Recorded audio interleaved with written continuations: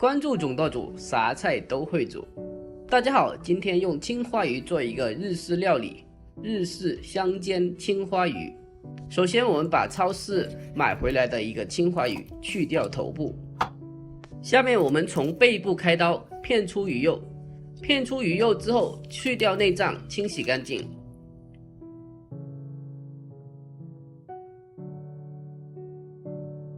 清洗干净的青花鱼片，我们用厨房用纸吸干水分，然后我们用刀给青花鱼划上十字花刀。高端的食材往往只需要最简单的烹饪方法，我们用一点玫瑰盐和黑胡椒碎腌制片刻。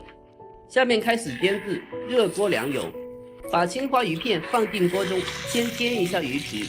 注意煎鱼的话，刚下锅不要动它。煎至鱼皮起微微的焦化层，然后我们轻轻晃动鱼片，防止粘底。小火继续煎至金黄色后，我们翻煎1年。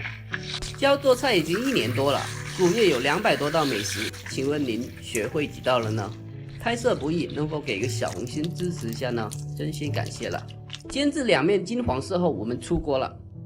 最后一步，挤上一点柠檬汁，这样就完成了。